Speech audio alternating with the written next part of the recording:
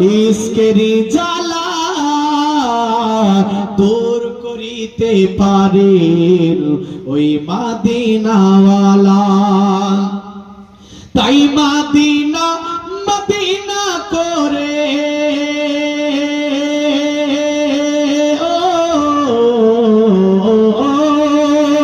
তাই Medina Medina করে হয়ে যায় ফানা।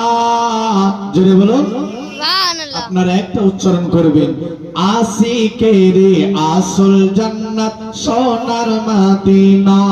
এটাই বলবেন, আশিকেরে আসল জান্নাত সোনার মদিনা। আশিকেরে আসল জান্নাত সোনার মদিনা।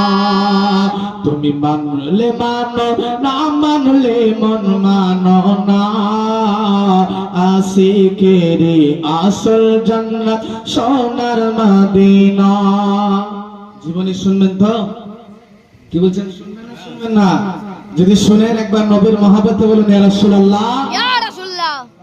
যখন নবী পাক মদিনায় গেলেন, তার আগে কিন্তু মদিনা অলক্ষণের দেশ ছিল বাবা, খুবই খারাপ জায়গা ছিল।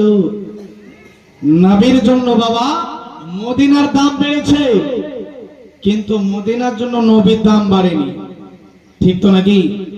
নবী পাকের জন্য মদিনার দাম বেড়ে গেছে। কতটা বেড়েছে শোনাবো। কবি কি বলছেন শোনো।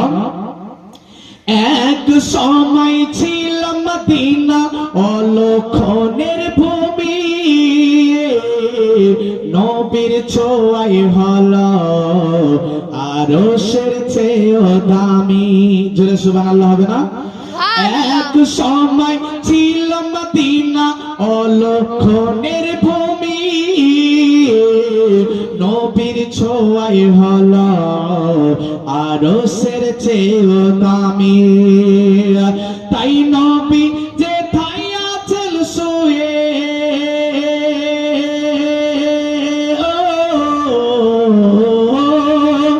তাই নবী যে ঠাই আছেন শুয়ে জান্নাতের টুকরা বলে করলেন ঘোষণা।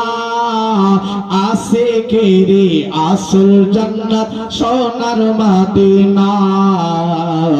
আশিকেরে আসল জান্নাত সোনার মদিনা। তুমি মানলে মানো, না মানলে মন মানো না।